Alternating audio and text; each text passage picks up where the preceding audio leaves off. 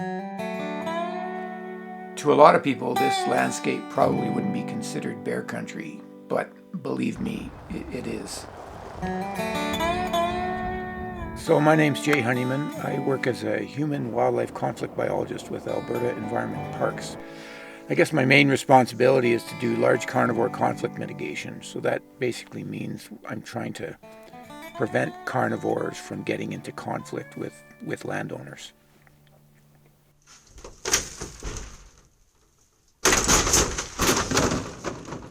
I've been doing this job for probably close to 30 years.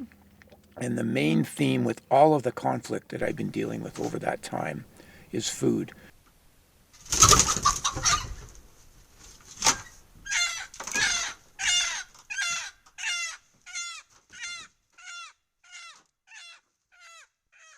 Bears are just in this constant search for food. And with that comes conflict with people who don't secure food from bears. And that really is the gist of our problem. And if we could secure food from bears in and near developed areas, we wouldn't have conflict.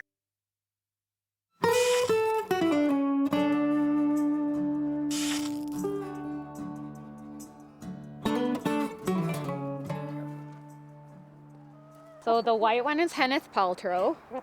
The brown one are the Dixie Chicks. I lose track of their names. My kids could tell you. So the coop is just kind of a freestanding coop. It was built relatively small just to house a couple of backyard chickens. What started out as just a project for my children to learn about chickens and where their food comes from. You know, this Cypress area is right by the Ghost River, and we're right up against the public lands to the west. And there's just lots of bears that move through here. It's nothing new, really. So a grizzly was living nearby at a neighbor's place and wandered over and had himself a meal of chickens. It was our loss and sadly eventually the loss of a life for a grizzly bear. We were naive in the first place to not have one, so that's when the fence went in. 5 years old? Easily. But yeah, we haven't had any loss of chickens or property damage since then. You know, there's a recognition that this is large carnivore country, and there's no reason you can't have chickens. You just gotta do it the right way.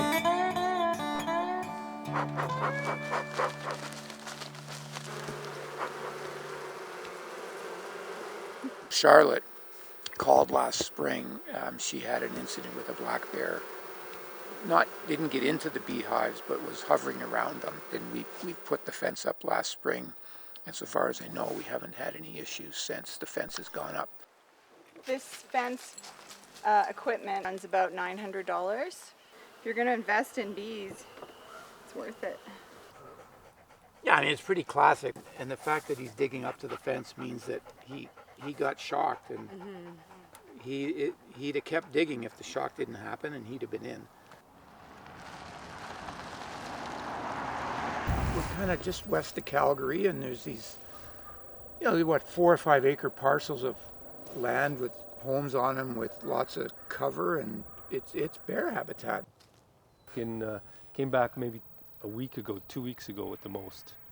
And that's when he knocked over a hive. It was ratchet strapped and totally demolished the hive. Yeah. The easiest thing to do is just secure the thing, and then bears will walk right through here. They'll see the beehives, they'll get zapped by the fence, and they'll carry on. So there's no property damage issues, there's no public safety concerns, and the bears get to just be bears.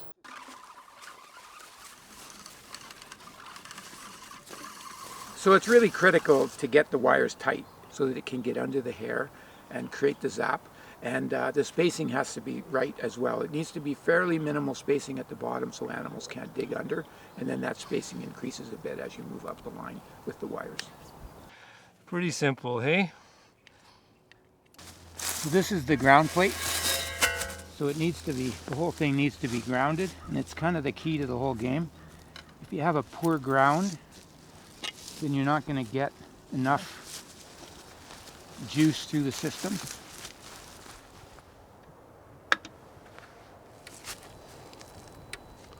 So that's like 14,000. I think we say generally 6,000 to 8,000 is good for grizzly bears. So So you've got to manage the vegetation at the bottom of the fence for mowing it or weed whacking it, just so that the fence isn't touching vegetation on the bottom wires.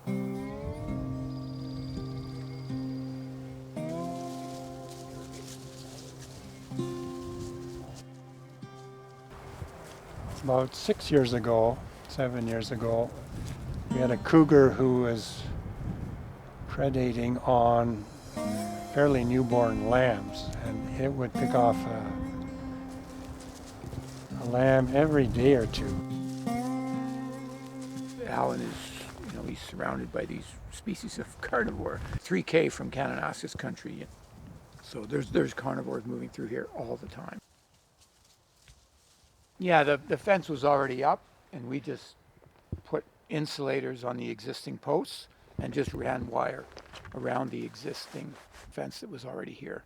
It's actually wired up so that it goes around the corral and then goes all along the chute leading to the barn so that the sheep can go into the barn at night.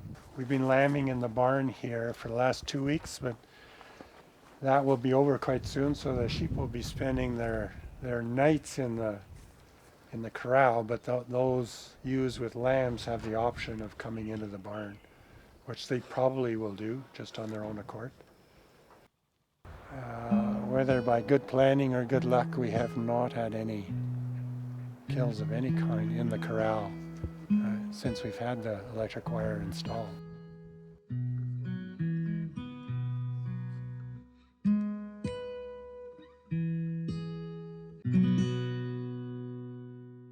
Okay, we're just west of Millerville, and this is an alpaca ranch with about 200 head of alpacas. And the landowner contacted us while they were developing the property to talk about what they could do to mitigate for large carnivores. And we discussed the electric fence possibilities. Quite a large area, it's about 40 acres that we've got electrified here. And we talked to Jeff, and Jeff came in and got some ideas. The unique thing about this particular fence is that there's a lot of cougar issues around here. And cougars will jump electric fence pretty regularly, so we've designed this outrigger at the top to try to deal with potential cougar predation on the alpacas.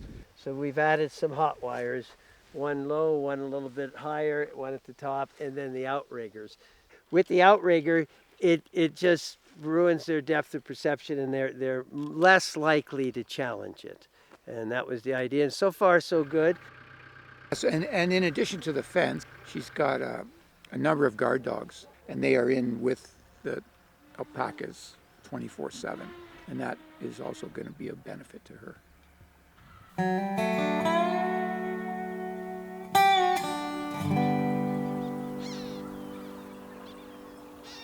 So down here in the Waterton front, we've got a lot of grizzly bears. It's a little unique in that these are cattle producers who have very large ranch holdings, and they're also experiencing lots of conflict with grizzly bears and other carnivores.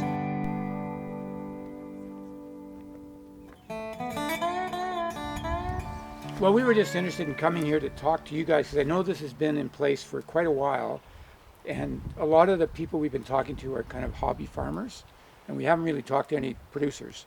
And we thought that you guys, knowing the history of this place and with grizzly bears, it would be interesting to hear your story on, why the fence went in the first place. That's the problem with cameras. They tell the truth. Yeah. We first started out with corn. Yeah. And they loved that, crushed corn, and The bears did. Yeah, they just came back and back and back, but any kind of grain. When we had the cameras up after, the second year, Yep. them bears would walk about 10 feet around here. And I would say that now, given we've got even more fence out, there's probably a lot of bears that have history with fence. Right. In other words, they're getting educated. Yep. From those early days when that went in, what are we, 2021 now, so almost 10 years later, the biosphere has been responsible for doing dozens and dozens of those cost share programs all across the Waterton front. There's still more work to be done, but the biosphere has done a great job at trying to facilitate these kind of things getting put onto the landscape. For sure.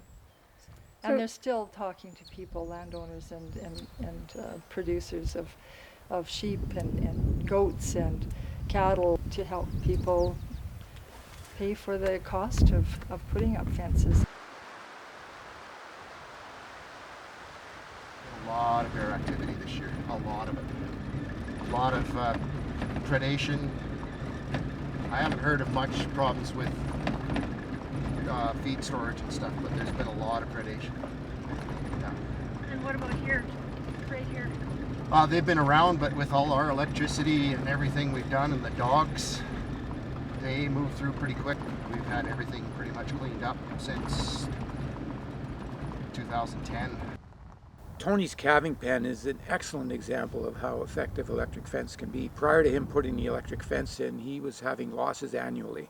And since the fence went in, which was over 10 years ago, he hasn't had a single loss. And here I've got a 5-wire fence. And we've got extra fence here just because of the silage bag, the silage run, just to keep the bears, because they really like to get into the silage in the fall. No two operations are the same. And if it doesn't work for your operation, you're not going to do it.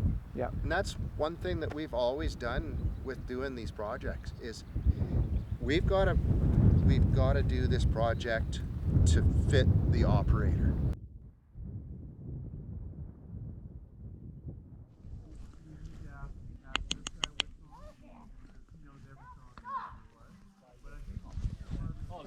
You know, Kevin is out in the backcountry. There's nothing around here for miles, but you can see this bear trail coming out of the meadow, heading right for the barn. So this is what our friendly bear did to try to get to the pellets last time, a year ago. Going through the wall. Through the wall. He got in the other night and he got into some of our pellets. And so we took all the food out of the barn because he's eating underneath the floor. And then we set a little trap with him. So we put the bag over there to see if he was going to visit last night. And as we see, the bag was sitting here and we dragged it away. So we did have a visit from him. So he was here last night again. Yeah. You know, usually if bears have gotten a food reward, they're quite driven and they know that the food is there. So usually when you put the fence up, you can expect the bear to come back. The bear is probably going to come back. Whether they get zapped or their spidey sense just says, oh, there's something wrong here. The bottom line is that they move on and they go somewhere else.